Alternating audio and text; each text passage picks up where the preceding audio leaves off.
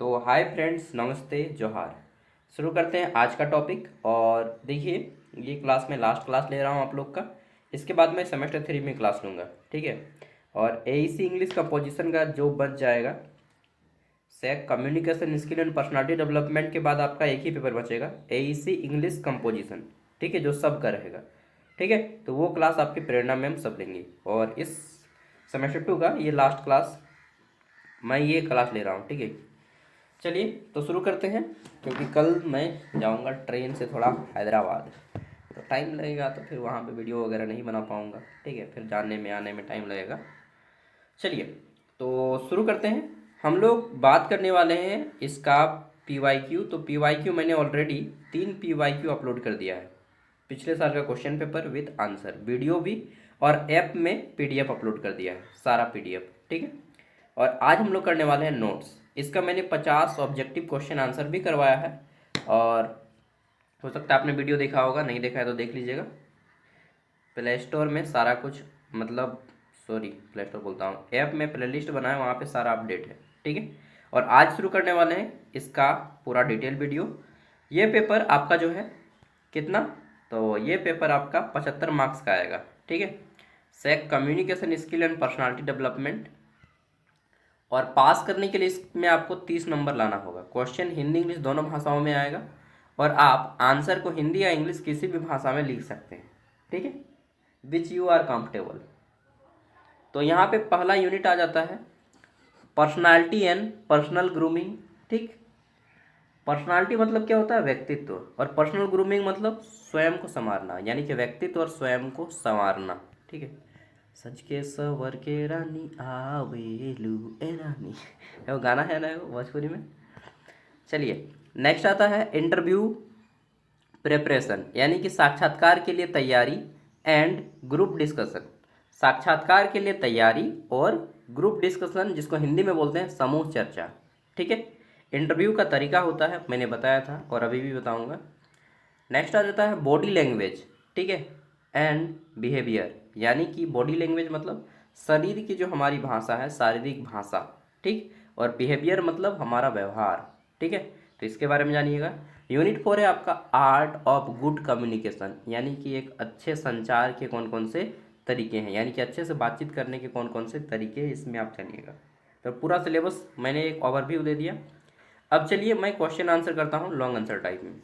पहला क्वेश्चन, व्यक्तित्व क्या है? व्यक्तित्व का अर्थ, परिभाषा तथा इसके विभिन्न घटक या घटकों की व्याख्या करें। इंग्लिश में what is personality, explain the meaning, definition and components of personality, ठीक है। देखिए शुरू कर देते हैं। तो व्यक्तित्व क्या होता है, जिसको इंग्लिश में पर्सनालिटी बोलते हैं, ठीक है।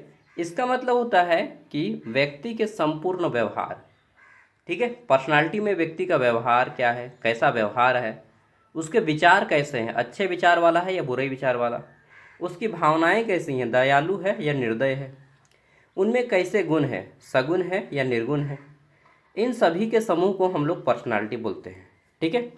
तो पर्सनालिटी क्या है, किसी व्यक्ति के अंदर मौजूद उसके व्यवहार, विचार, भावनाएं और गुणों के समूह को पर्सनालिटी कहते हैं, ठीक है, जो उसे अन्य व्यक्तियों से अलग बनाते हैं। किसी व्यक्ति के बोलने का तरीका कैसा है, ठीक है। कोई बोलेगा आइए जी बैठिए, ठीक है। कोई बैठेगा यार अब बैठो ना बे, काहे तुम नौटंकी कर रहा है, ठीक है। तो दो व्यक्ति का बोलने का तरीका डिपेंड करता है, ठीक है। सोचने का ढंग कैसा है, कोई पॉजिटिव सोचता है, कोई नेगेटिव सोचता है, कोई सोचता है नहीं यार फेल हो जाएंगे रे भाई, कोई बोलता है अरे जो होगा देखा जाएगा, कोई बोलता है अरे डरते क्यों हो यार, जो होगा देखा जाएगा। तो ये तरीका है, आप किस वे में देखते हैं। कोई बोलेगा गिलास आधा भरा हुआ है, कोई बोलेगा गिलास आधा खाली है, ठीक है। तो आप नेगेटिव बोल रहे हैं या नेगेटिव, ये सब भी देखा जाता है। आपका पहनावा कैसे है, ठीक है, आप पहनावा कैसे पहनते हैं, घर में भी नाइटी नाइटी पहन के घूमते हैं ना, क्या है ये सब भी देखा जाता है। घर में जीन्स कपड़ा पहन लिए हैं और क्या बोलते हैं गर्ल्स लोग, और दुपट्टा भी नहीं लगाए हैं, तो ये सब आपका पहनावा, ड्रेसिंग सेंस भी मायने रखता है। और वहीं पे कोई लड़की है जो घर पे भी सभ्य तरीके से रहती है, ठीक है, या कोई लड़का है जो सभ्य तरीके से रहता है। व्यवहार कैसा है, जब आदमी आते हैं तो उसके अभिनंदन कैसे करते हैं आप, ठीक है। किसी से बातचीत करते हैं तो कैसे तरीका अपनाते हैं आप, उसकी प्रतिक्रिया कैसे देती हैं, ठीक है। ये सब व्यक्तित्व को दर्शाती है हमारे, और इसीलिए सब्जेक्ट रखा गया है ताकि आप जो है गुणवान बन सकें, दयावान बन सकें, ठीक है। अच्छे विचार आए आप में, इसीलिए इस टॉपिक को रखा गया है। इसलिए नहीं कि आप इसको पढ़ के ग्रेजुएशन का एग्ज़ाम पास कर जाएं, ठीक है। ग्रेजुएशन का एग्ज़ाम पास करने का एक माध्यम है, लेकिन मुख्य उद्देश्य आपके जीवन में अच्छे गुणों को भंडार देना, ठीक है, इस पेपर का। कई विद्वानों ने व्यक्तित्व जो है उसकी परिभाषा अलग अलग तरीके से किया है, और ऐसे ही एक मनोवैज्ञानिक है जिनका नाम है आलपोर्ट। आलपोर्ट कहते हैं कि देखिए व्यक्तित्व जो है ना, आलपोर्ट के अकॉर्डिंग, कि व्यक्तित्व व्यक्ति के भीतर मौजूद मनोवैज्ञानिक तंत्रों का गतिशील संगठन है। गतिशील कहने का मतलब है कि मनोवैज्ञानिक जो हमारा तंत्र है, हमारे मन के अंदर चलते रहता है, माइंड दौड़ते रहता है, उसी का एक तंत्र है। उसके व्यवहार विचार को मुख्य रूप से इंगित करता है इसमें, ठीक है। किसी को बताएं या ना बताएं, लेकिन तीन चीज़ बताइएगा: व्यवहार, विचार और भावनाएं, ठीक है। हालांकि इसमें ड्रेसिंग सेंस भी आएगा, पहनावा भी आएगा, बातचीत करने का तरीका भी आएगा, ये सब चारों बताना है आपको, ठीक है। व्यक्तित्व क्या है, तो किसी व्यक्ति के अंदर उसके व्यवहार, ठीक, विचार, चार चीज़ बोलिएगा: व्यवहार, विचार, ठीक, दया, पहनावा, अच्छा पांच हो गया ना, और बातचीत का तरीका। पांच चीज़, अंगुली की पांच बातें याद रख लीजिएगा: बातचीत का तरीका।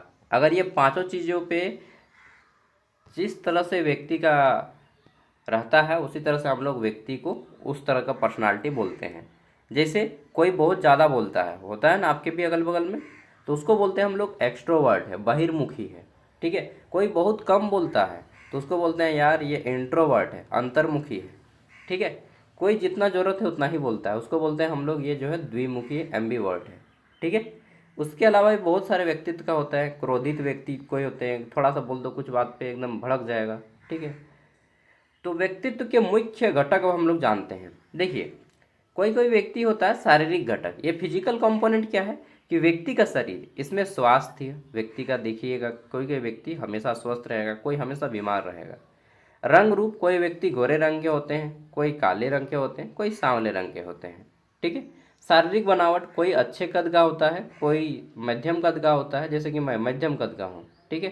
कोई नीचे कद का होता है। तो व्यक्तित्व को ये हमारे शारीरिक घटक को बढ़ाते हैं, बनाते हैं, ठीक है। तो ये सब का आपको डिटेल में लिखना है, मैं इसीलिए तो पढ़ पढ़ के दे रहा हूँ आपको। मेरे बातों को ध्यान से सुनिएगा, ठीक है। मानसिक घटक, देखिए कोई कोई होता है ना मेंटल कंपोनेंट में, बुद्धि, सोचने की शक्ति बहुत ज़्यादा होता है। जैसे कि हम पूछ देंगे 40 रुपये किलो आलू, बताओ 300 ग्राम का दाम कितना, तो कोई कोई सोच के बोल दिया होगा अरे 13.5 रुपया होगा, और कोई सोचते सोचते में 1.5 घंटा लगा देंगे कैसे हुआ 13.5 रुपया, जोड़िएगा अब, ठीक है। तो किसी का मेंटल स्टेटस जो है बहुत ज़्यादा होता है, ठीक है, यानी कि मानसिक शक्ति किसी की बहुत ज़्यादा होती है, सोचने समझने की क्षमता। कोई कल्पना जल्दी कर लेता है, ठीक है, किसी की कल्पना शक्ति कम होती है। कोई निर्णय लेने में बहुत ज़्यादा टाइम लेता है, कोई निर्णय लेने में तुरंत टाइम लेता है, चुटकी में निर्णय लेता है। जैसे कि हम बोलें कि चलो यार कल जाना है हमको रांची, ठीक है, चलेगा साथ में, तो कोई बोलेगा सोच के बताएंगे, ठीक है। और कोई बोलेगा नहीं मैं नहीं जाऊँगा, मेरे घर में काम है। चलिए, तो कोई सोचने में बहुत ज़्यादा समय लेता है। नेक्स्ट आगे देख लेते हैं भावनात्मक घटक, इमोशनल कंपोनेंट। इसमें क्या होता है, व्यक्ति की भावनाओं को ध्यान में रखा जाता है। कोई कोई व्यक्ति बहुत ज़्यादा संवेदनशील होता है, थोड़ा सा कहीं पे ब्लड वगैरह देख लेगा ना तो एकदम बेहोश हो जाएगा, ठीक है। कोई व्यक्ति बहुत कठोर दिल का होता है, संवेदनशीलता, कोई व्यक्ति तुरंत रो देगा, थोड़ा सा कुछ कह दीजिएगा, थोड़ा सा उसको डांट दीजिएगा रोने लगेगा, ठीक है। कोई व्यक्ति दूसरों के प्रति जो है उसके व्यवहार का व्यक्तित्व बहुत अच्छा रहता है, हमेशा कोऑपरेटिव रहेगा, लोगों की मदद करने को रहेगा। कोई व्यक्ति बहुत अहंकार से भरा हुआ रहता है, ठीक है। जैसे कि मान लीजिए रोड में कोई बोल रहा है कि अरे बाबू थोड़ा बैठा ले, अकेले बाइक में जा रहा है, उसको बोलना कि थोड़ा बैठा लो बाबू, बाबू बढ़िया तो क्या बैठा ही लो हमें, ठीक है, तो वो पार हो गया। और कोई व्यक्ति दयाशील रहेगा, खाली जाएगा तो अकेले पूछेगा बैठिएगा दादी, चलिएगा, जाइएगा क्या आगे तक, छोड़ देंगे, ठीक है। तो ऐसे व्यक्ति वाले भी रहते हैं। मैं भी उसी तरह से हूँ, कहीं पे जाता हूँ तो पूछता हूँ जिन लोगों से, खाली रहता हूँ तो चलिएगा दादू भाई, जाइएगा। नेक्स्ट सामाजिक घटक, सोशल कंपोनेंट। व्यक्ति समाज में कैसे व्यवहार करता है, लोगों से कैसे बातचीत करता है और कैसे बंधन बनाता है, ये भी। कोई कोई व्यक्ति जो है बहुत जल्दी किसी से बातचीत करके तालमेल बढ़ा लेते हैं, और कोई कोई व्यक्ति बातचीत करने में ही हिचकिचाने लगता है कि अगला व्यक्ति क्या सोचेगा। ठीक है। नेक्स्ट, निष्कर्ष में लिखिएगा कि व्यक्तित्व जो है व्यक्ति की पहचान है, और इसी से व्यक्ति की पहचान होती है कि कोई व्यक्ति किस प्रकार का है। यह व्यक्ति के व्यवहार, विचार, भावनाएं समग्र रूप होता है जो उसे समाज में अलग पहचान देती है। और हम लोग जानते हैं कि किस व्यक्ति का व्यवहार कैसा है, उसी तरह से हम लोग उससे कोई बात बोलते हैं ना।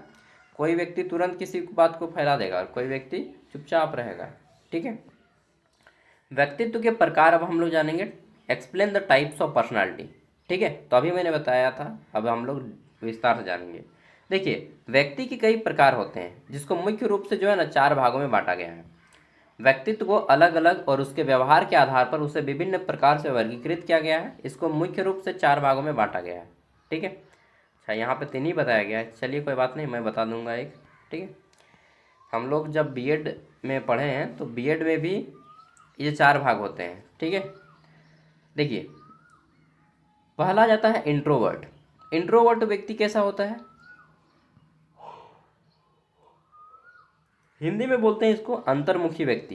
क्या बोलते हैं, अंतर्मुखी व्यक्ति। अंतर्मुखी व्यक्ति शांत स्वभाव का होता है। वह अधिक लोगों से के साथ घुलना मिलना पसंद नहीं करता और अकेले रहना पसंद करता है। ठीक है, इसको बोलते हैं इंट्रोवर्ट पर्सनालिटी। ज़्यादा कुछ नहीं बोलेगा, कुछ भी पूछो तो वो ज़्यादा जल्दी खुल के बोलेगा नहीं। ठीक है। उसको अगर कुछ बीमारी भी है या कुछ हो रहा है, बॉडी पेन वगैरह, या कुछ उसको प्रॉब्लम भी है, तो वो लोगों के साथ शेयर नहीं करता ज़्यादा। ठीक है। तो उसको बोलते हैं इंट्रोवर्ट पर्सनालिटी। इंट्रोवर्ट पर्सनालिटी व्यक्ति का एक विशेषता होती है कि इसको लोग जो है ना, इसको मतलब ये ज़्यादा खुश मिजाज नहीं रहते हैं। ठीक है। मतलब लोगों के साथ हंसना घुलना थोड़ा कम रहता है इनका, ये कॉमेडियन टाइप के नहीं रहते हैं। ठीक है। और अक्सर ऐसे लोगों का लोग जो है ना शोषण कर लेते हैं। मान लीजिए कोई काम बोल दिया, अब वो जल्दी ना नहीं कर पाएगा। ऐसे पर्सनालिटी वाले व्यक्ति जल्दी ना नहीं कर पाएगा। ठीक है, कि ना बोल देंगे तो क्या सोचेगा। तो इस तरह से इंट्रोवर्ट पर्सनालिटी वाले व्यक्ति का अक्सर समाज में शोषण होता है। शोषण समझते हैं जी, एक्सप्लॉइटेशन। ठीक है, ह्यूमलाइज जिसको बोलते हैं। नेक्स्ट, तो अंतर्मुखी व्यक्ति आपको नहीं रहना है, या तो बहिर्मुखी बनिए चाहे उभयमुखी बनिए। ठीक है। एक आता है एक्सट्रोवर्ट, बहिर्मुखी। बहिर्मुखी व्यक्ति मिलनसार होता है और खुला स्वभाव का होता है। वह लोगों के साथ बातचीत करना और सामाजिक गतिविधियों में भाग लेना पसंद करता है। ये नहीं सोचता है, बहिर्मुखी व्यक्ति ये नहीं सोचता है कि यार वो बात कर लेंगे तो अगला आदमी क्या सोचेगा। ठीक है, ऐसा नहीं सोचता है। ठीक है। और मैं बहिर्मुखी व्यक्ति पर्सनालिटी का व्यक्तित्व हूँ। ठीक है। और आप जो है बहिर्मुखी अगर बनते हैं तो आपको फिर समाज में लोगों से डर भी नहीं लगता है उतना ज़्यादा। ठीक है। और बहुत जल्दी आप किसी व्यक्ति से बातचीत करके बात को आगे बढ़ा लेते हैं। एक आ जाता है उभयमुखी व्यक्ति। उभयमुखी व्यक्ति जो है ये क्या है, ये लिमिट है, ये भी अच्छा पर्सनालिटी है। ठीक है।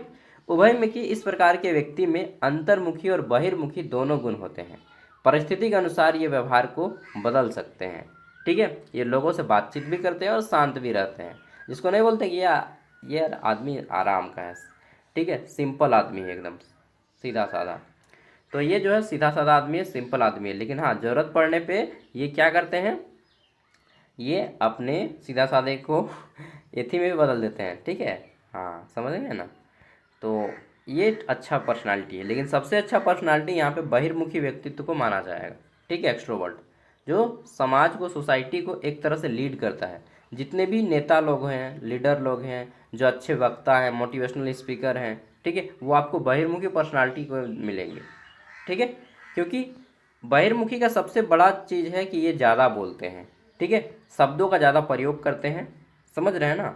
हाँ, अब आप किस तरह से वर्ड का प्रयोग करते हैं वो आप पे डिपेंड करता है। अच्छे वर्ड का प्रयोग करते हैं, बुरे वर्ड का प्रयोग करते हैं। ठीक है, आपकी सोच कैसी है वो इसमें डिपेंड नहीं करता। फिर वो अच्छा सोच है तो अच्छा व्यक्ति बनेगा, बुरा सोच है तो बुरा व्यक्ति बनेगा। समझ रहे हैं ना बात को। निष्कर्ष, हर व्यक्ति का अपना एक अलग अलग व्यक्तित्व होता है। इन विभिन्न प्रकारों के माध्यम से हम व्यक्ति के व्यवहार को सोचने समझने के तरीके से जानते हैं। और एक चीज़, व्यक्तित्व को बदला जा सकता है, पर्सनालिटी को हम लोग जो है चेंज कर सकते हैं प्रैक्टिस करके। ठीक है, जैसे कोई बहुत कम बोलता है तो उसको हमेशा लोगों के साथ रखिए, वो बोलने लगेगा। कोई बहुत ज़्यादा बोलता है तो अगर वो अपना पर्सनालिटी चेंज करना चाहता है तो फिर प्रैक्टिस करेगा कि नहीं हमको कम बोलना है, लिख के रखेगा, ठीक है, कहाँ पे ज़्यादा बोलना है कहाँ पे कम बोलना है, ये सब आपको ध्यान में रखिएगा, ठीक है। नेक्स्ट, व्यक्तित्व के निर्धारक को विस्तार से समझाना है। What are the determinants of personality, explain in detail. व्यक्तित्व के कौन कौन से निर्धारक तत्व हैं, चलिए। तो देखिए, व्यक्तित्व का विकास कई कारकों पर निर्भर करता है। हमारा जो व्यक्तित्व है कैसे विकास होगा, इसके कई तरह से निर्भर करते हैं, कई बातों पे, जिन्हें व्यक्तित्व के निर्धारक कहा जाता है। ये कारक के व्यक्ति के व्यवहार, सोचने को भी प्रभावित करते हैं और व्यक्तित्व के प्रमुख निर्धारक हैं। इसमें आ जाता है वंशानुक्रम। देखिए, जब भी हम बच्चे होते हैं तो बच्चा अपने माता पिता का गुण लेके पैदा होता है, ठीक है। तो 100 में 99% संभावना ऐसा है कि आप जैसे रहेंगे आपके बेटा बेटी भी वैसा होगा, ठीक है। वंशानुक्रम के अकॉर्डिंग, जैसे अगर आपका बाल घुंघरेला है तो आपके बच्चे का भी बाल घुंघरेला होगा। अगर आप लेफ्टी हैं तो आपका बच्चा भी लेफ्टी होगा, लेफ्ट हैंड का प्रयोग करेगा, ठीक है। अगर आप गोरे चिट्टे हैं तो आपका बेटा बेटी भी गोरे चिट्टे होंगे। अगर आप काले हैं तो 99% संभावना है कि आपका बेटा बेटी भी काले होंगे या सांवले होंगे। लेकिन 1% संभावना ये भी है कि वो गोरे हो सकते हैं, क्योंकि वो खान पान पे डिपेंड करता है। कुछ चीज़ें खान पान पे डिपेंड करती हैं, उसको बदला जा सकता है, ठीक है। अब जैसे ही आप आ जाते हैं तो इसको वंशानुक्रम कहते हैं। वंशानुक्रम वे गुण होते हैं जो व्यक्ति को या बच्चे को अपने माता पिता से प्राप्त होते हैं, ठीक है। जैसे शरीर की बनावट, अक्सर अगर जिनके माता पिता लंबे होते हैं उनके बच्चे भी लंबे होते हैं, ठीक है। अगर माता पिता बुद्धिमान होते हैं तो बच्चे भी बुद्धिमान होते हैं। लेकिन स्टिल ये बुद्धि जो है ऊपर वाले की देन है, तो ये कम ज़्यादा भी हो सकता है, ठीक है। स्वभाव अच्छा या बुरा बदल सकता है, क्योंकि यह पर्यावरण पर डिपेंड करता है कि आप किस माहौल में पले बढ़े हैं, ना कि किस माहौल में जन्म लिए हैं, ठीक है। मतलब जन्म लेना अलग फैक्टर, लेकिन आप जहाँ पे रहेंगे वैसी तरह से बन जाएंगे, ठीक है। कहा जाता है कि जैसा देश वैसा भेष। पर्यावरण क्या है? एनवायरनमेंट परिवार, समाज, संस्कृति, शिक्षा व्यक्तित्व को प्रभावित करते हैं।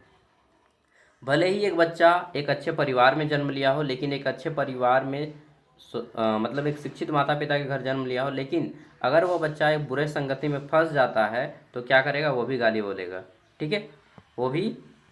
वो सब चीज़ें करेगा, व्यभिचार करेगा जो एक बुरे मतलब उसके फ्रेंड सर्कल में करते हैं। तो पर्यावरण व्यक्ति को इफेक्ट करता है। बच्चा अगर इंग्लिश जिस मान लीजिए कोई फैमिली में पूरा इंग्लिश बोलता है तो इंग्लिश बोलना सीख जाएगा। मान लीजिए पूरे फैमिली में बांग्ला बोलते हैं तो वो बांग्ला बोलना सीख जाएगा। अगर मान लीजिए पूरे फैमिली में कुरमाली बोलते हैं तो कुरमाली बोलना सीख जाएगा। हो बोलते हैं तो हो बोलना सीख जाएंगे। कोठा बोलता है तो कोठा बोलना सीख जाएगा, ठीक है। तो जिस तरह से बोलते हैं वो बोलना भी सीख जाएगा। जिस भाषा का प्रयोग करते हैं, गाली का प्रयोग करते हैं तो गाली बोलना सीख जाएगा, समझ रहे हैं ना। लेकिन इसमें कुछ रोल एजुकेशन भी निभाता है। जैसे कि मेरे फैमिली में लगभग हर व्यक्ति जो है मैट्रिक तक पढ़ा है, ठीक है। लेकिन मैं एमए वगैरह बीएड वगैरह कर रहा हूँ, ठीक है, एमए करके बीएड कर रहा हूँ। तो एजुकेशन भी डिपेंड करता है व्यक्ति को बदलने में। मेरे माता और पिता दोनों अशिक्षित हैं, ठीक है, किताब पढ़ नहीं सकते हैं, इतना अशिक्षित हैं, बट वो जानकार हैं, नॉलेजेबल हैं, ठीक है। तो क्या होता है कि एजुकेशन जो है व्यक्ति को बदल सकता है। ये वंशानुक्रम और पर्यावरण दोनों को बदल सकता है, इतने इसमें क्षमता है। तो शिक्षा व्यक्ति के ज्ञान, सोच, व्यवहार और यहाँ तक कि आपका पूरा का पूरा परिवार की कंडीशन को बदल सकता है। एक शिक्षित व्यक्ति पूरे के पूरे समाज को बदल सकता है, ठीक है। कल्चर, जिस समाज में व्यक्ति रहता है उसकी संस्कृति और परंपराएं भी व्यक्ति अपनाता है। मान लीजिए आप हिंदू कल्चर में जन्म लिए तो आप हिंदू धर्म को मानेंगे, इस्लाम धर्म में जन्म लिए तो इस्लाम कल्चर को मानेंगे, समझ रहे हैं ना बात को। अगर आप जैन धर्म में जन्म लिए हैं तो आप जो है मीट मांस नहीं खाएंगे, ठीक है, शहद नहीं खाएंगे, अंडा नहीं खाएंगे, ठीक है। उसी तरह से आप क्रिश्चियनिटी में जन्म लिए तो क्रिश्चियन धर्म का पालन करेंगे, ठीक है। तो जिस फैमिली में आप जन्म लेते हैं उसका कल्चर भी आप अपना लेते हैं। चौथा क्वेश्चन है स्वयं को संवारने यानी कि सेल्फ ग्रूमिंग की अवधारणा और महत्व को समझाइए, कि हम अपने आप को खुद को कैसे तरह से संभाल सकते हैं, ठीक है। तो गाना गाया था ना, सच के सवर के जब आवेलू ए रानी, चलिए ना जा कोई लपिहा, और क्या क्या गाना है जी। तो बीच बीच में गाना गाते रहिएगा आप लोग, ठीक है। मैं भी गाता हूँ, ऐसा नहीं कि देखिए एक चीज़ मैंने क्या बताया था कि मतलब वो इंट्रोवर्ट व्यक्ति जो होता है ना, कि अगला व्यक्ति क्या सोचेगा वो नहीं सोचता है। अब आप मेरे बारे में क्या सोचते हैं मैं नहीं सोचता हूँ, ठीक है यार। मैं जिसमें खुश रहता हूँ, हाँ, लेकिन मेरी खुशी ये यहाँ तक लिमिटेड है कि वो दूसरों की बंधन ना बन जाए, ठीक है, या दूसरों को परेशान ना करे। इस बात को खुश, मतलब आप बोलिएगा हम नंगटे गांव में घूमेंगे हमको खुशी देगा, तो वो नहीं करना है, क्योंकि उससे अन्य लोगों को इफेक्ट करता है, बुरा इफेक्ट। ठीक है, आप हर एक वो काम कर सकते हैं जिससे समाज को कोई बुरा इफेक्ट नहीं पड़ता है और आपको खुशी मिले या आपके फायदा हो, समझ रहे हैं ना। समाज को कोई बुरा इफेक्ट ना पड़े, ना कोई घाटा करे, आप हर एक वो काम कर सकते हैं। ठीक है, चलिए, आपके फैमिली को भी बुरा इफेक्ट ना पड़े, वो आप हर एक काम करिए, लेकिन जहाँ तक आपकी खुशी वहीं पे रोक दी जाती है जहाँ से समाज को बुरा, हानि या फिर नुकसान पहुँचना शुरू होता है। ठीक है, चलिए, तो ये बात को समझ गए। सेल्फ ग्रूमिंग में आपको विशेष रूप से ध्यान रखना है कि आप अपने अंदर की कैसे पर्सनालिटी को एनहेंस करते हैं, बढ़ाते कैसे, आप बातचीत का तरीका कैसे बदलते हैं अपना, अपने ड्रेसिंग सेंस को कैसे बदलते हैं, अपने मुंह को कैसे कैसे साफ करते हैं, अपने हेयर स्टाइल को कैसे चेंज करते हैं। ठीक है, आपका कल्चर कैसा है, अभिनंदन करने का तरीका कैसा है, ये सारी चीज़ों पे आपको ध्यान देना है। चलिए, अब हम लोग इसको प्रैक्टिकल पढ़ते हैं। तो सेल्फ ग्रूमिंग, सेल्फ मतलब होता है स्वयं, ग्रूमिंग मतलब होता है संवारना। इसका अर्थ होता है व्यक्ति अपने व्यक्तित्व यानी कि पर्सनालिटी, व्यवहार, पहनावे और स्वच्छता को सुधारता है। यह व्यक्तित्व विकास का महत्वपूर्ण भाग है, यह पर्सनालिटी डेवलपमेंट का एक महत्वपूर्ण भाग है। आज के प्रतिस्पर्धात्मक युग में, मतलब कंपटीशन के एज में, केवल ज्ञान नहीं बल्कि अच्छा व्यक्तित्व भी सफलता के लिए आवश्यक है। आप बोलिएगा हम नॉलेजेबल बहुत ज़्यादा हैं लेकिन आपके अंदर व्यवहार नाम का चीज़ नहीं है, तो माफ़ कीजिएगा दोस्त, आप जो है पढ़े लिखे मूर्ख हैं। तो व्यक्ति का व्यवहार बहुत ज़्यादा इंपॉर्टेंट मायने रखता है। कोई कोई लड़की को मैं देखता हूँ, कोई कोई क्या, अमूमन लड़की को देखता हूँ, जीन्स पहन ली, ठीक, और क्या बोलते हैं उसको, गंजी पहन ली, ठीक है, बाहर का पूरा प्राइवेट पार्ट उसका शो हो रहा है। This is not a good behaviour. ठीक है, ये अच्छा बिहेवियर नहीं है। मैं बार बार बोल रहा हूँ, भले आपको बुरा लगे। एक टीचर जो है, सही टीचर आपको ये नहीं सोचता है कि आपको बुरा लगे। मैं ये सोचता हूँ कि आपका अच्छा जिसमें हो, फ्यूचर में आपको समाज में जाके, ससुराल में जाके गाली ना सुनने पड़े, ये सब काम एक टीचर बता सकता है। ठीक है, तो आपको जो है जब भी बाहर, गर्ल्स, मैं बार बार बोल रहा हूँ, आज से लगभग 4-5 बार बोल चुका, बाहर जब भी जाइएगा दुपट्टा ओढ़ के जाइएगा। ठीक है, समझ रहे हैं मेरी बात को। और फिर भी नहीं ओढ़ के जाओगे तो वो आप ही का क्या बोलेंगे कि पढ़े लिखे गधे हैं आप। एक अनपढ़ जो लड़की रहेगी ना, ठीक है, वो आपसे ज़्यादा सुसज्जित रहेगी, सुसंस्कारी रहेगी, लेकिन एक पढ़ी लिखी लड़की आजकल जो है देख रहे हैं कि यार क्या बताएं समाज में वो रूल्स रेगुलेशन को फॉलो नहीं कर रही है, जो चीज़ एक अच्छे उनको इम्प्रेशन दे। ठीक है, समाज में एक अच्छा पर्सनालिटी बने उनका। तो कम से कम गर्ल्स लोग आप दुपट्टा ओढ़ के जाइएगा प्लीज़, मेरी बात को रख लीजिएगा और नहीं रखिएगा तो फिर जाइए भाड़ में, जो करना है कीजिए यार।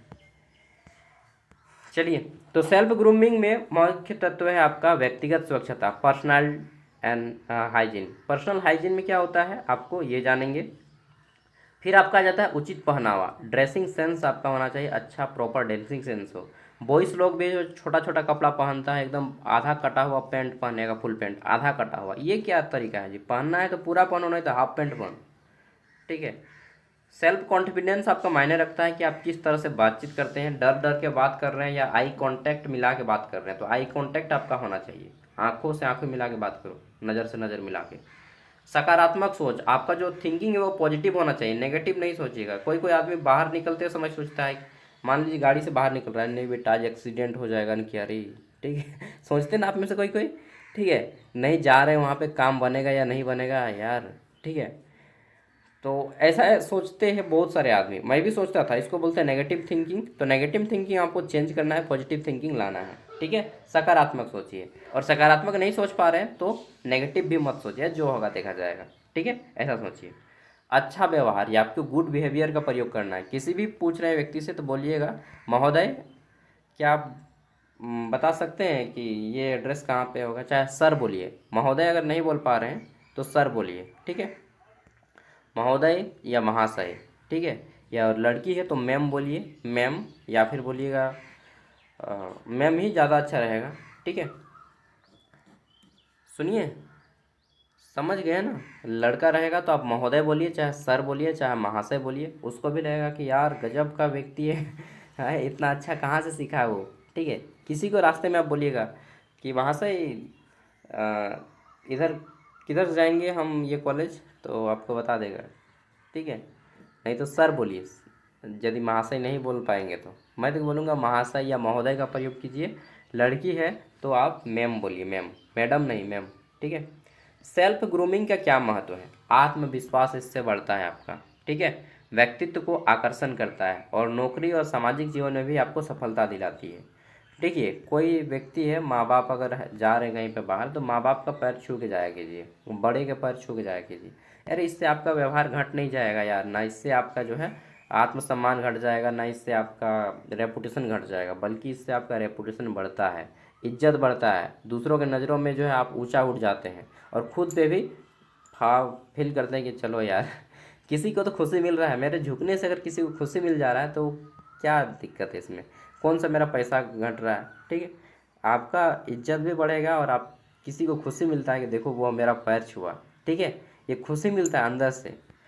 तो पैर हाथ छू के जाया कीजिए यार, हाथ नहीं मतलब पैर छू के जाया कीजिए। ठीक है।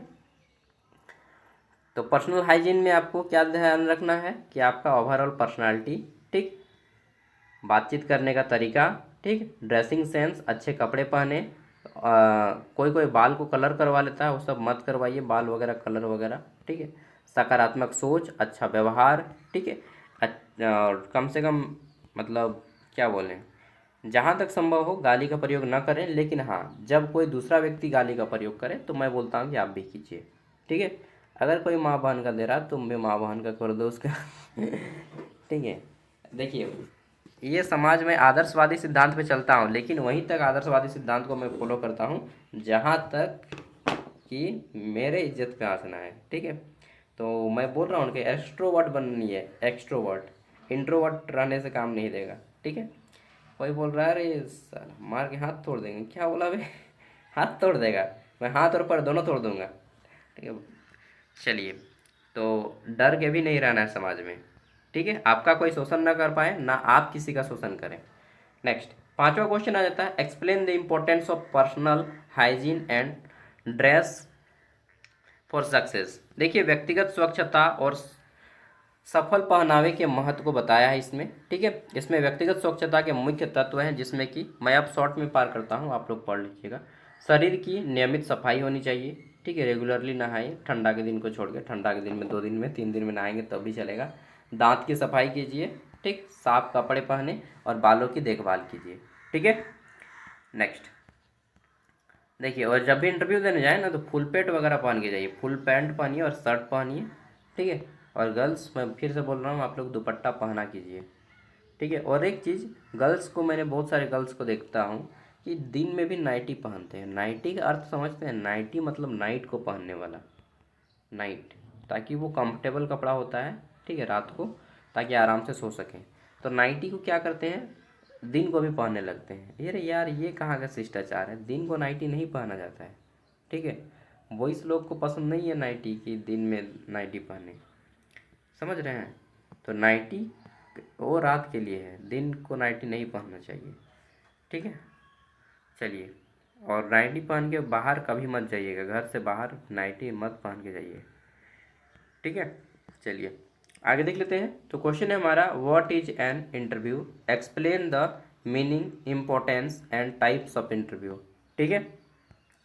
साक्षात्कार क्या है? साक्षात्कार का अर्थ, महत्व तथा उसके प्रकारों की व्याख्या करें। ठीक है। क्वेश्चन क्या था? साक्षात्कार क्या है, साक्षात्कार का अर्थ क्या होता है, महत्व क्या है और उसके प्रकार क्या है, ये बताइए। देखिए, इंटरव्यू ये वाला क्वेश्चन देख लीजिए, ग्रुप डिस्कशन से है ये।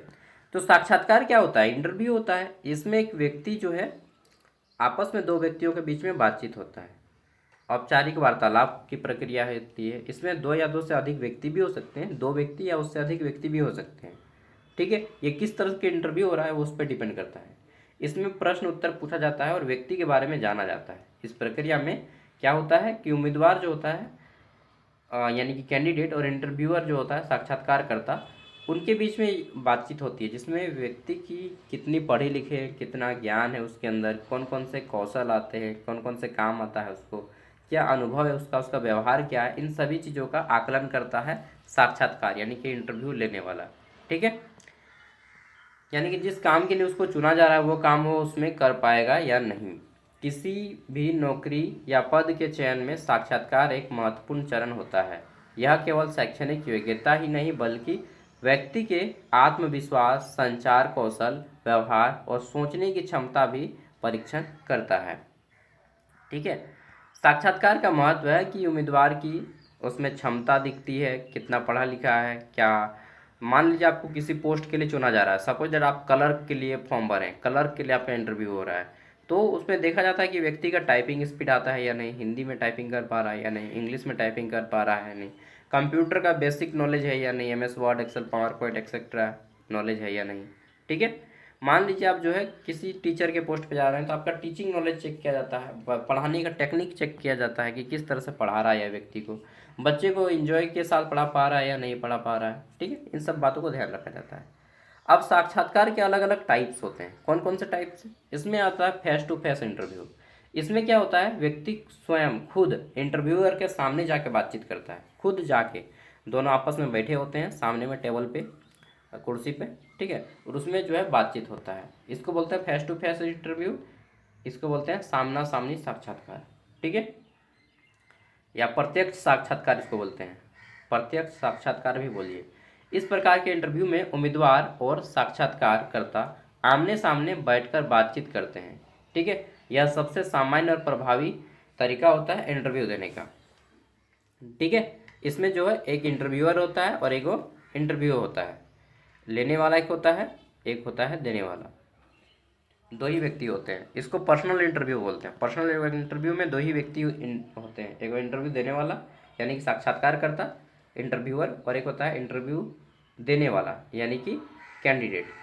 एक होता है टेलीफोन इंटरव्यू, जब हम अपने बारे में किसी को मोबाइल फ़ोन के जरिए इंटरव्यू लेते हैं तो उसको टेलीफोन इंटरव्यू कहते हैं। वीडियो इंटरव्यू, जब हम लोग वीडियो के माध्यम से इंटरव्यू लेते हैं, ठीक है, जैसे कि जूम मीटिंग हो गया या गूगल मीट हो गया, तब उसको हम लोग जो है वीडियो इंटरव्यू कहते हैं। तो तीन का इंटरव्यू का तरीका देखें, face to face interview, telephone interview और वीडियो इंटरव्यू। ठीक है।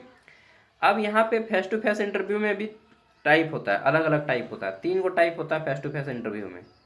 फेस टू फेस जो हुआ आमने सामने में रह के एक रूम में, तो उसमें भी तीन प्रकार का इंटरव्यू है। ठीक है। साक्षात्कार की प्रक्रिया को विस्तार से समझाइए कि साक्षात्कार कैसे लिया जाता है। ठीक है। देखिए, मुझे भी फ्यूचर में लगता है इंटरव्यू लेना पड़ेगा, आप लोग आइएगा। ठीक है। मान लीजिए मैं जेपीएससी का इंटरव्यू ले रहा हूँ, ठीक है, या यूपीएससी के कैंडिडेट का इंटरव्यू ले रहा हूँ, तो किस तरह से लेना है, फेस टू फेस इंटरव्यू या panel interview. Panel interview generally लिया जाता है। पैनल इंटरव्यू क्या है आपको मालूम होगा, नहीं मालूम है तो मैं इस वीडियो में बता दूंगा। पैनल इंटरव्यू सबसे मोस्ट इंटरव्यू होता है। साक्षात्कार एक जो है संगठित और व्यवस्थित प्रक्रिया होती है जिसके माध्यम से उम्मीदवार की योग्यता के बारे में, ये सब तो जान लिए, योग्यता के बारे में, ज्ञान के बारे में, व्यवहार के बारे में पता लगाया जाता है। अब साक्षात्कार की प्रक्रिया क्या होती है, सबसे पहले एक होता है आरंभिक चरण।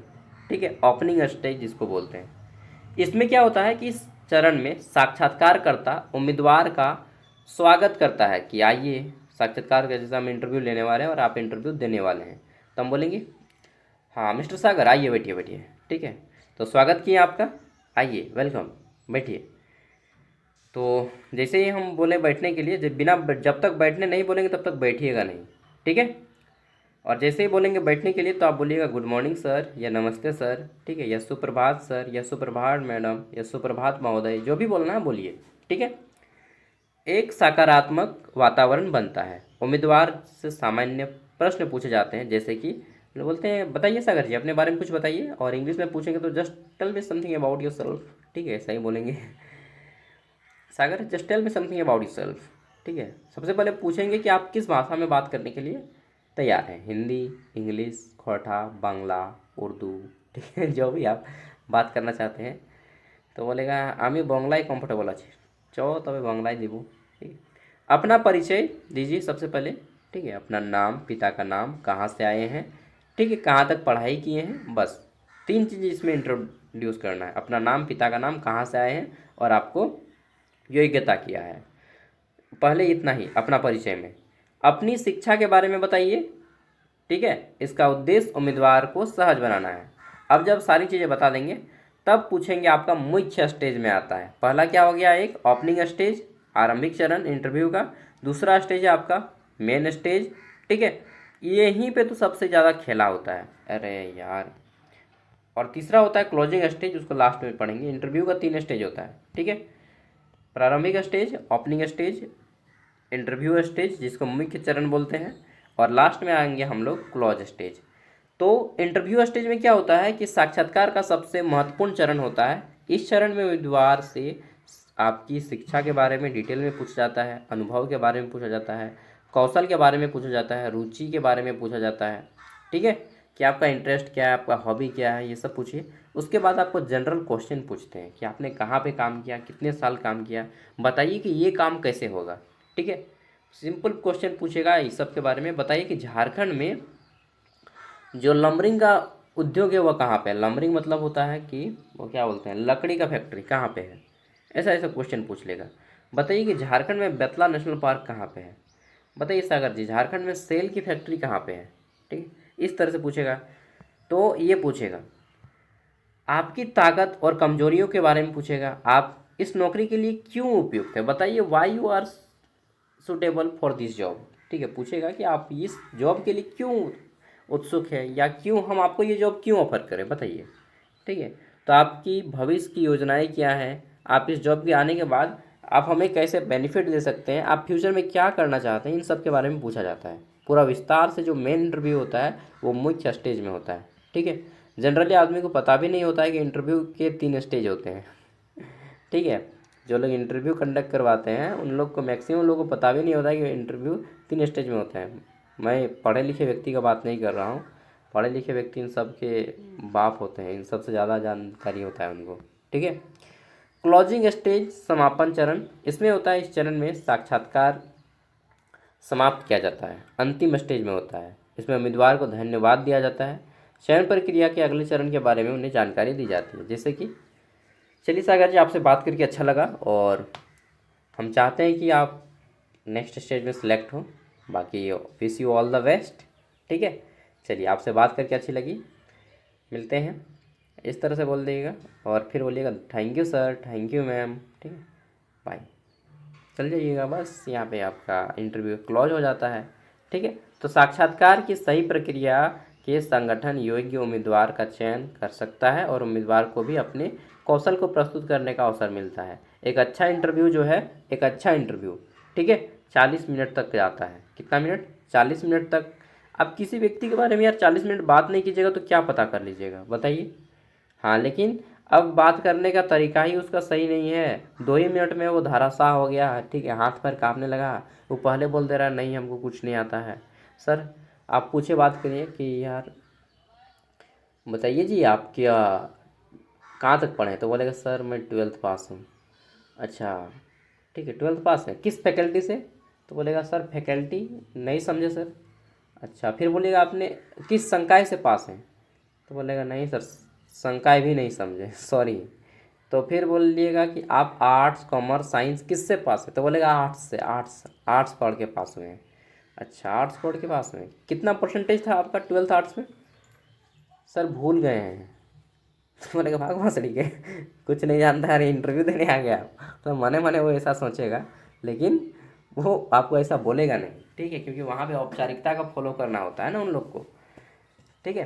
तो इस तरह से आपका इंटरव्यू लिया जाता है और जब लगता है कि नहीं कैंडिडेट सूटेबल नहीं है तो उसको जो है जल्दी निकाल दिया जाता है बाहर, ठीक है। तो फिर बोलते हैं कि ठीक है, और आपको लास्ट में कुछ पूछते हैं ऐसा चीज़ जो आप ना सकें। अगर आप ऑलरेडी अनसेलेक्टेड है तो क्या करेगा वो, 5 मिनट में फिर आपको निकाल देगा, ठीक है।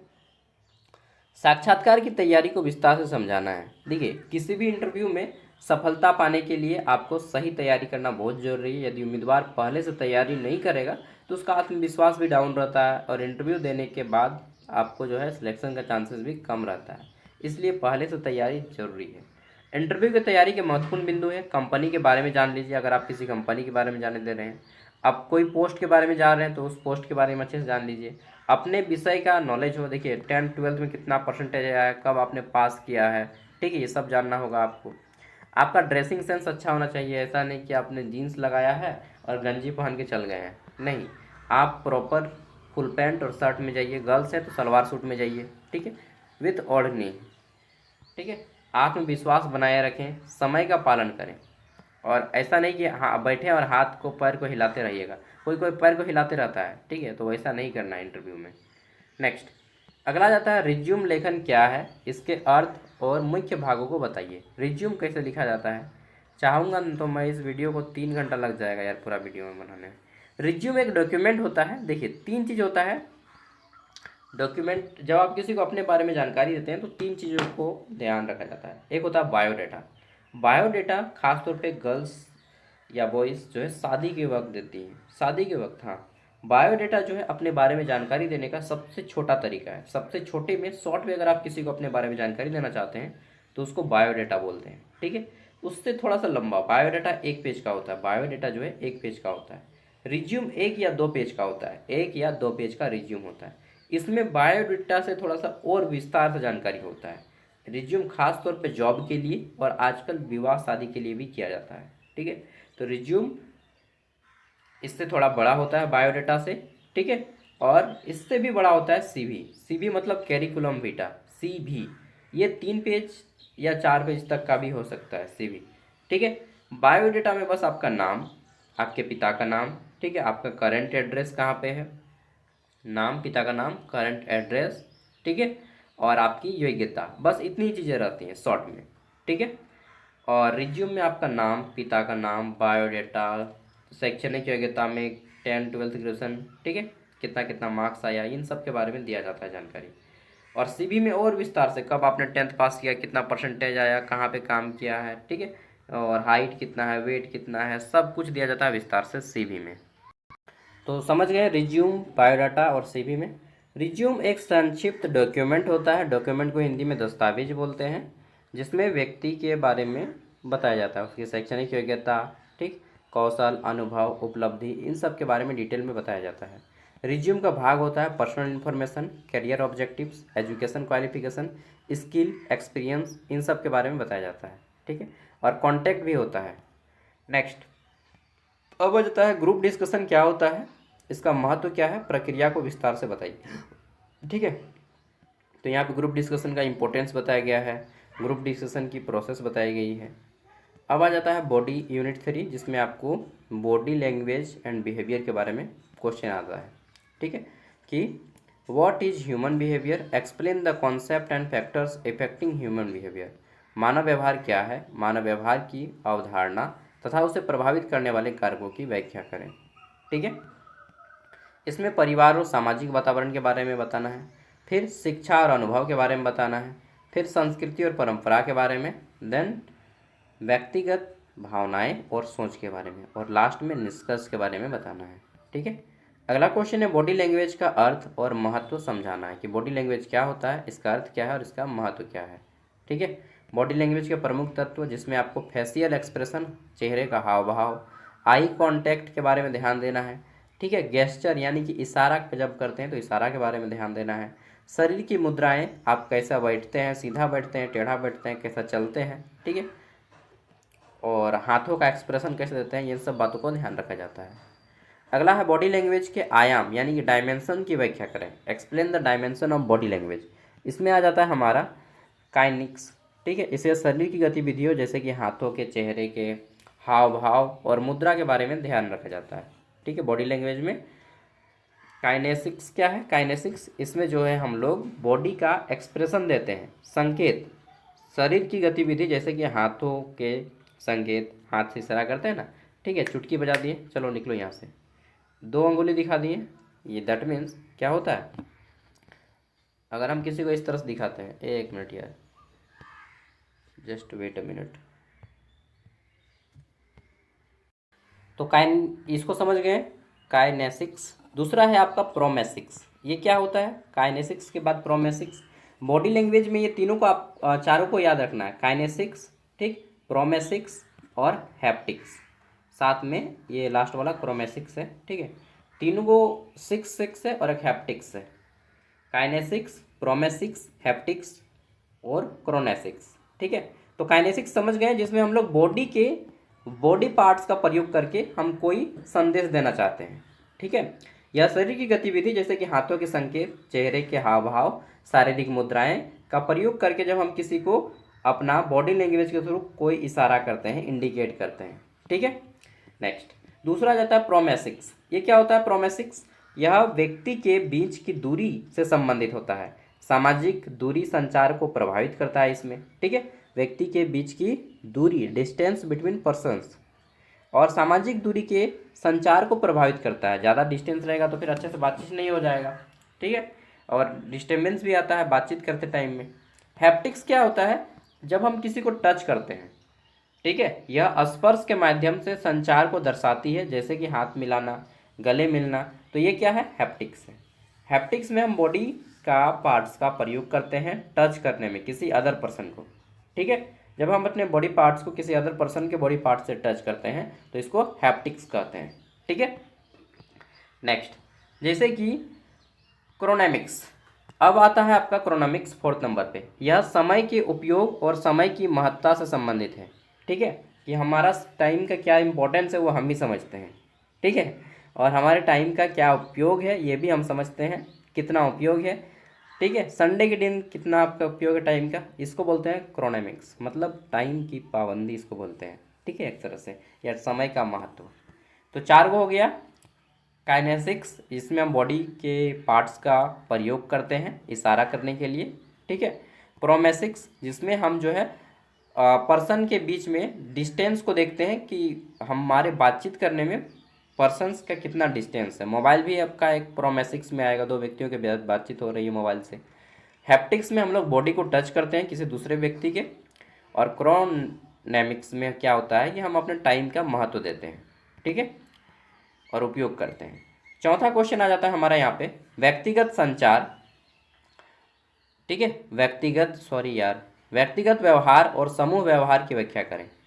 ठीक है, एक्सप्लेन इंडिविजुअल बिहेवियर और ग्रुप बिहेवियर। देखिए, व्यक्ति खुद के साथ जो है जब अकेले रहता है तो कुछ अलग टाइप के व्यवहार करता है। घर में रहेंगे तो हाफ पैंट में आ जाएंगे, गमछी पहन के घूमिएगा। ठीक है, लड़की है तो घर में वो नाइटी पहन के भी घूमते हैं, लेकिन जब बाहर जाना होता है तो आप क्या करते हैं? सज संवर के जाते हैं, अच्छा कपड़ा पहन के जाते हैं, अच्छे बात करते हैं घर में। ठीक है, सॉरी बाहर में। Explain the concept of virtual meeting. ठीक है, इटिक्वेट। तो देखिए, वर्चुअल मीटिंग शिष्टाचार की अवधारणा को समझाना है। वर्चुअल एक मीटिंग दो प्रकार से होता है। एक होता है रियल मतलब फेस टू फेस मीटिंग, जैसे हम लोग होता है ना कि आज मीटिंग हुआ स्कूल में सबके सामने। और एक मीटिंग होता है कि सब मास्टर लोग घर में है और जूम मीटिंग के थ्रू मीटिंग कर रहा है। तो यही है वर्चुअल मीटिंग, जिसमें हम लोग इंटरनेट का उपयोग करके ऑनलाइन घर में बैठ के इसको मीटिंग करते हैं, जिसमें हम समय का पालन करते हैं, उचित वातावरण होता है, पेशेवर व्यवहार होता है, तकनीकी तैयारी होती है, जैसे कि फ़ोन हो गया, कैमरा हो गया, इंटरनेट कनेक्शन हो गया, लाइन वगैरह हो गया, बैटरी वगैरह डाउन है क्या। ठीक है, चलिए next, art of good communication. अब अच्छे व्यवहार की कौन कौन से तरीके हैं? तो देखिए, संचार क्या है, संचार प्रक्रिया को विस्तार से समझाइए। संचार क्या है? सबको मालूम है कि जब हम अपने बातों को, ठीक है, संचार क्या है? जब हम अपने बातों को, भावनाओं को, विचारों को, अनुभव को, ज्ञान को किसी अन्य व्यक्ति तक बोल के, लिख के या इशारा करके बताते हैं। क्या क्या? बोल के, लिख के या इशारा करके हम बताते हैं, तो इसको संचार कहा जाता है, कम्युनिकेशन कहते हैं। ठीक है। अब देखिए, यहाँ पे आ जाता है हमारा यहाँ पे संचार का प्रकार। तो एक होता है, अच्छा सॉरी, संचार की प्रक्रिया। तो एक होता है प्रेषक। प्रेषक कौन है? सेंडर, जो संचार को दे रहा है। जैसे कि मैं आपको जो बातें बता रहा हूँ तो इसमें मेरा रोल है प्रेषक का, यानी कि सेंडर का। ठीक है। मैसेज क्या है? जो चीज़ मैं बता रहा हूँ, जैसे मैं अभी टॉपिक पढ़ा रहा हूँ तो ये जो टॉपिक है ये हमारा मैसेज हो गया। जो भी टॉपिक मैं पढ़ाऊँगा या जो भी टॉपिक मैं बात करूँगा वो टॉपिक हो गया हमारा मैसेज। ठीक है।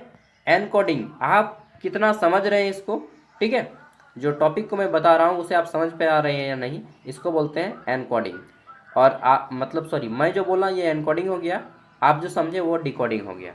जिसके जरिए से मैं बोल रहा हूँ, इंटरनेट, मोबाइल या लिख के भेज रहा हूँ तो कॉपी कलम, वो सब चैनल हो गया जिसके जरिए से हम अपने संदेश को पहुँचाते हैं। रिसीवर कौन हो गया? आप। ठीक है, आप क्या कर दिए? रिसीव किए, और जो मेरी बातें हैं उसको आपने समझा, तो समझने की प्रक्रिया को डिकोडिंग कहते हैं। और समझने के बाद जो आपने अपने प्रतिक्रिया दिया कि भैया बहुत अच्छा क्लास था, नाइस क्लास, ठीक है, थैंक यू भैया, तो ये क्या है? फीडबैक है। फीडबैक मतलब अपने बारे में राय दिए, ठीक है। तो ये प्रोसेस होता है। संचार प्रक्रिया को विस्तार से समझाना, explain the types of communication in detail. संचार की जो प्रक्रिया है इसको विस्तार से समझाइए। वर्बल कम्युनिकेशन, इसमें क्या जाता है, मौखिक संचार, ठीक। वर्बल कम्युनिकेशन मौखिक संचार, इसमें हम लोग जो है भाषा का प्रयोग करते हैं, किसी भी भाषा का प्रयोग करते हैं जिसमें लिखित या मौखिक दोनों रूप में हो सकता है वर्बल कम्युनिकेशन। एक होता है non verbal communication. Non verbal में हम लोग भाषा का प्रयोग नहीं करते हैं बल्कि बॉडी का लैंग्वेज प्रयोग करते हैं, बॉडी के हाव भाव इशारे का प्रयोग करते हैं, ठीक है। रिटेन कम्युनिकेशन क्या होता है, तो रिटेन कम्युनिकेशन लिखित संचार होता है जिसमें हम लोग लिख के, किसी भाषा में लिख के देते हैं अपना मैसेज या संदेश। विजुअल कम्युनिकेशन क्या होता है, चित्र के माध्यम से देख के हम अपने कोई जानकारी देना चाहते हैं। मान लीजिए मैंने एक घोड़े का चित्र दिखाया, घास खा रहा है, एक खरगोश का चित्र दिखाया, एक कछुए का चित्र दिखा रहा है, दोनों दौड़ रहे हैं, तो आप समझ गए वो खरगोश और कछुए वाला कहानी है। तो जब हम दिखा के किसी चीज़ को शो करते हैं, रिप्रेजेंट करते हैं, तो उसको विजुअल कम्युनिकेशन कहते हैं, ठीक है। उम्मीद करता हूँ कि आप समझ पा रहे होंगे। अब आता है प्रभावी संचार के 7C, 7C of effective communication. ये क्या होता है, 7 वाला वर्ड है जो कम्युनिकेशन से शुरू होता है। इसमें आ जाता है क्लैरिटी, इसमें आ जाता है क्या, कॉन्सियसनेस, यानी कि जब आप बात बोलते हैं तो पूरी तरह से उसमें क्लैरिटी हो। संक्षिप्त यानी कि कंसाइज वे में हो, ज़्यादा विस्तार ना हो। कंप्लीटनेस यानी कि जो भी आप बात बोल रहे हैं पूरी तरह से कंप्लीट हो, अपने आप में पूरा हो। फिर आता है करेक्टनेस, यानी कि जो भी आप बात बोल रहे हो उसमें पूरी तरह से शुद्धता हो, ठीक है। फिर आ जाता है क्या, कॉटसी। कॉटसी मतलब जो भी आप बात बोल रहे हैं वो विनम्रतापूर्वक बोलें। फिर आ जाता है यहाँ पे क्या, विचारशीलता, यानी कि जो भी आप बात बोल रहे हैं कंसिडरेशन के साथ बोलें, विचार के साथ बोलें। ठोसता, अपने बात में मजबूती के लिए ठोस सबूत प्रयोग करें, ठीक है। चलिए, ये 7C ऑफ कम्युनिकेशन कहलाता है। नेक्स्ट अगला जाता है संचार की बाधाओं को समझाइए तथा उन्हें दूर करने के उपाय बताइए। जब हम लोग बातचीत करते हैं तो बहुत सारे डिस्टर्ब होता है, भाषा संबंधी डिस्टर्ब। मान लीजिए आपको आता है संथाली भाषा, मुझे संथाली आता ही नहीं है, हम बोलेंगे एमा मान उतनी करना है, आप समझ ही नहीं पा रहे क्या बोल रहा है, ठीक है। मैंने पूछा आपका नाम क्या है, ठीक है, औड़ा ची करना है, आपका घर कहाँ है, तो आपको समझ में नहीं आएगा भाषा, तो भाषा संबंधी कठिनाई। मनोवैज्ञानिक बाधा, जैसे कि डर के कारण नहीं बोलता है कोई, गुस्सा के कारण नहीं बोलता है कोई, तनाव के कारण नहीं बोलता है कोई, नेगेटिव थिंकिंग के कारण नहीं बोल पाता है, ठीक है। शारीरिक बाधा, शोर, दूरी, तकनीकी समस्या के कारण कोई नहीं बोल पाता है कि भाई इतना ज़्यादा दूर है ना कि सुनाई ही नहीं देगा, ठीक है। बहुत ज़्यादा शोर हो रहा है तो अब सुनाई ही नहीं दे रहा है, शादी घर में गए शोर हो रहा है सुनाई नहीं दे रहा है। तकनीकी समस्या, मान लीजिए आपका लैपटॉप खराब है, बातचीत नहीं कर पा रहे हैं। सांस्कृतिक बाधा, इसमें कल्चरल और परंपरा का बैरियर होता है कि इस समय में आपको कुछ नहीं बोलना है, ठीक है, ऐसा होता है ना। बाधाओं को दूर करने के उपाय, सरल और स्पष्ट भाषा का प्रयोग कीजिए, ध्यान से सुनना, सकारात्मक वातावरण को प्रयोग कीजिए और उचित तकनीकी साधनों का उपयोग कीजिए। संचार में सुनने की कला और प्रश्न पूछने की कला को समझाइए। इसमें आ जाता है अच्छे श्रोता की विशेषता, वक्ता की बात को ध्यान से सुनना, बीच में बाधा न डालना, उचित प्रक्रिया देना और आंखों से संपर्क बनाए रखना, ठीक है। चलिए अब आगे बढ़ जाते हैं। तो नेक्स्ट यहाँ पे शुरू होता है हमारा क्वेश्चन नंबर, ये जो है आप यहाँ पे कर लीजिएगा, एक्स्ट्रा क्वेश्चन आंसर है, extra most important question answer. व्यक्तित्व का विकास कैसे होता है और व्यक्तित्वगत मतलब व्यक्तिगत और व्यावसायिक जीवन में इसका क्या महत्व है। पर्सनालिटी का आप डेवलपमेंट करते हैं ना जी, तो क्या क्यों, देखिए अगर आप डेवलपमेंट कीजिएगा तो आपका आत्मविश्वास बढ़ता है, सकारात्मक सोच बढ़ती है, संचार कौशल बढ़ता है, नेतृत्व की क्षमता बढ़ती है आपकी, ठीक है। नेक्स्ट, संचार में बॉडी लैंग्वेज का क्या महत्व है। तो बॉडी लैंग्वेज क्या करता है संचार में, ये चेहरे के हाव भाव, फेशियल एक्सप्रेशन देता है, आई कांटेक्ट को बढ़ाता है, गेस्चर यानी कि इशारा को बढ़ाता है, पोस्चर शारीरिक मुद्रा को बढ़ाता है, ठीक है। नेक्स्ट, समूह चर्चा क्या है यानी कि ग्रुप डिस्कशन क्या है, इसके महत्व क्या है, लाभ क्या है, इन सबको मैंने बता रखा है। अब बोल बोल के थक गया, इतना लंबा वीडियो हो गया, समझ रहे हैं। संचार में सुनने की कला का महत्व को समझाइए। देखिए अगर आप जब कोई बोलता है ना तो पहले ध्यान से सुनिए, उसके बाद उसका बातों का जवाब दीजिए, ठीक है। और जब बोलते भी हो तब आपके बात का वजन रहेगा, पहले किसी की बात को पूरा सुनिए। स्वयं को संवारने और व्यक्तिगत स्वच्छता को अच्छे से आपको एक्सप्लेन करना है, ठीक है। चलिए और एक्स्ट्रा क्वेश्चन है, संचार की बाधाएं क्या क्या हैं, संचार की विभिन्न बाधाओं का समाधान कैसे किया जाएगा, व्याख्या करें। ये तो हम लोगों ने पढ़ लिया। आधुनिक समाज में प्रभावी संचार के महत्व की व्याख्या करें। ठीक है, तो इसमें आधुनिक जो हमारा समाज है, व्यक्तिगत संबंध होते हैं, कार्यस्थल यानी कि जहाँ पे हम काम करते हैं, ठीक, ज्ञान का आदान प्रदान होता है, नेतृत्व का विकास होता है, थक गए जी बोल बोल के, मानव व्यवहार की अवधारणा और उसके संचार को अच्छे से समझाइए। देखिए पहले जो मैं यूनिट वाइज प्रत्येक यूनिट से 4-4 क्वेश्चन दिया हूँ उसको अच्छे से कीजिए। एक्स्ट्रा क्वेश्चन बाद में अगर आपको टाइम बचता है तो कर लीजिएगा, अदरवाइज एक्स्ट्रा क्वेश्चन नहीं कीजिएगा। पूरा पढ़िएगा ना तो मुझे लगता है ना 4 घंटा में कंप्लीट कर दीजिएगा पूरा पीडीएफ को पढ़ के। 2 घंटा 30-30 मिनट का ब्रेक ले लेके पढ़िए। देखिए मैं जब पढ़ा रहा हूँ तो ब्रेक लिया हूँ 2 बार, 3 बार ब्रेक लिया हूँ। ठीक है, प्रत्येक 20 मिनट पढ़ते हैं आप, ब्रेक लीजिए। यूनिट 1 शुरू कीजिए, 4 क्वेश्चन पढ़िए, फिर ब्रेक लीजिए 20 मिनट, 25 मिनट के बाद 5 मिनट का ब्रेक लीजिए। फिर यूनिट 2 शुरू कीजिए, 20-25 मिनट का ब्रेक लीजिए। ठीक है, 20-25 मिनट पढ़िए, 5 मिनट का ब्रेक लीजिए। फिर यूनिट 3 इसी तरह से 1 घंटा में आपका या 1.5 घंटा में आपका जो है, या 2 घंटा में आपका पूरा यूनिट खत्म। फिर 1 घंटा में या 1.5 घंटा में आपका एक्स्ट्रा क्वेश्चन भी खत्म। 3-4 घंटा में पूरा पढ़ जाइएगा पूरा पीडीएफ। ज्ञान सागर ऐप पे पूरा पीडीएफ है। जो लोग ज्ञान सागर ऐप इंस्टॉल नहीं किए हैं, वीडियो का लिंक जो है वीडियो का डिस्क्रिप्शन बॉक्स में है, वहाँ पे इंस्टॉल कर लीजिएगा। बोल बोल के थक जाते हैं, सच बता रहे हैं। Bye bye, good night. Good night नहीं यार, गुड मॉर्निंग। अच्छे से पढ़िए, बाय, जोहार। और अगर कोई दोस्त हो तो उन तक इस वीडियो को शेयर कीजिएगा। वीडियो पसंद आए तो लाइक कीजिएगा, और ऐसे इंग्लिश कंपोजिशन का वीडियो देख लीजिएगा। जिनको इंग्लिश लिखना नहीं आता है वो व्हाट्सएप की तरह लिख दीजिएगा, जैसा कि हिंदी का पढ़ेंगे तो हिंदी, लेकिन लिखेंगे तो इंग्लिश में। उस तरह से व्हाट्सएप भाषा का प्रयोग करना है। अगर आपको इंग्लिश पढ़ना भी नहीं आता है तो ऐसी इंग्लिश कंपोजिशन में बस फॉर्मेट लिखना सीख लीजिएगा। ठीक है, ओके दोस्तों, बाय, जोहार।